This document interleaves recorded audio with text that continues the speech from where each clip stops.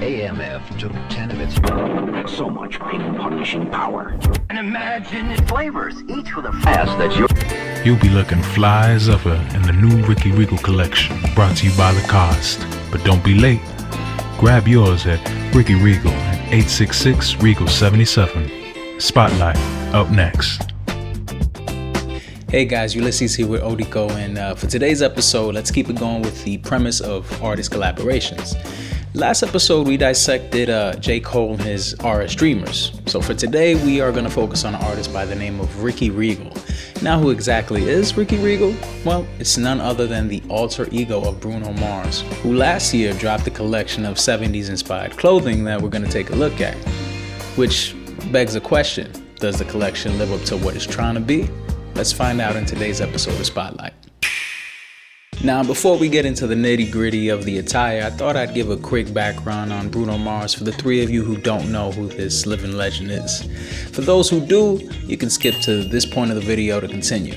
Now, when Bruno Mars first hit the scene, he was known for his sappy love songs, but as time went on, he rose through the ranks and he managed to put out amazing projects, which eventually led him to releasing his biggest and my favorite project, 24K Magic. This album had so many great influences, which most derived from the 70s. I mean, we're talking soul, funk, disco, and even some ballads. These particular influences were elevated in his latest project, Silk Sonic, a group that consisted of Mars and Anderson .Paak. These guys basically took the 70s sound and just turned it up to 11.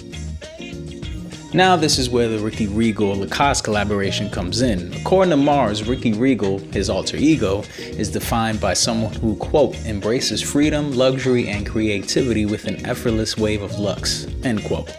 And from the looks of the promo material, I'd say that they got that down packed. I mean, music and fashion go hand in hand, so what better way to represent that aesthetic than with his own collection? But with all Spotlight videos, I have to ask, does the collection fit its purpose?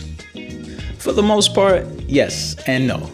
Check it. The clothing has this sporty look to it, but it's versatile enough that it can blend into a luxury aesthetic, while still remaining consistent to its source material. I mean, look at all these options. One thing that's instantly noticeable from the collection is its color palette, a far cry from the bland earth tones that seem to be really popular at the moment. Not my style, but it is what it is. Now, in terms of feel, the collection carries a mix of fabrics like velvet, cotton, silk. There's something for everybody here, whether you're looking for comfort, texture, or detail. I personally went with this striped zip jacket in green and yellow, being that I need some more colors in my wardrobe. My favorite feature are the long lapels, reminiscent of those 70s polyester suits, and I love the old school treatment of the logo. In terms of feel, the jacket has this great weight to it. It really, lets you know that you're paying for a high quality item. However, the collection definitely has its cons. Now, this collection does a great job at capturing the artist's vibe and style, thematically speaking. However, I feel that maybe they played it a bit too safe. It's a bit too sterile for my liking, and not all pieces are like this, but when I think of the 70s luxury, I'm expecting something like grand and gaudy. Granted, Ricky's look is supposed to be, smooth, cool, laid back, but there's something, I don't know, there's a limit, and I think that they played it too cool, in my opinion. I wish we saw more edge, more character to the sporty look. I mean, at first glance, could you tell the difference between this sports suit and another? These shorts from another? This shirt from another? Not online, you can't. And being that online is the only place you can find these at the moment, if you can still find these, you're taking a big chance on hoping there is a difference, Don't get me wrong, the collection is accurate to its goal, but that's just it. The collection is. The individual pieces aren't. With the exception of a few, I mean, in my opinion, in order to capture the look, they're going for, you would probably have to buy the entire set, because if you don't, then you're just left with a piece that it's barely distinguishable in your wardrobe, unless you're good at styling it right. But if that's the case at this price range, then I would probably substitute it for something cheaper, which then defeats the purpose of buying it unless you're a huge Bruno Mars fan. Now, if this is supposed to be a Ricky Regal collection, then, where's the Regal aspect to it? Granted, it's a luxury sportswear brand, but where's the fit that's fit for a king, In terms of appearance, there's nothing grand about it. I mean, this is the era that brought us people like Liberace, Elton John, David Bowie, Donna Summers. Stevie Wonder, you name them. I mean, all of these guys are known for their regal sense of fashion, especially during that era.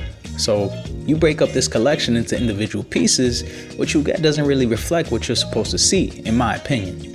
You know, maybe Bruno had a different intent with this collaboration. I mean, after all, he had full control. And if this is what he had in mind, then this is what he had in mind. And in fact, you know, props to Lacoste. I would love to see more brands like this giving creative artists creative freedom. I mean, I just hope that this lays the path for a future where it's more, we see more unique and thematic collaborations in the future.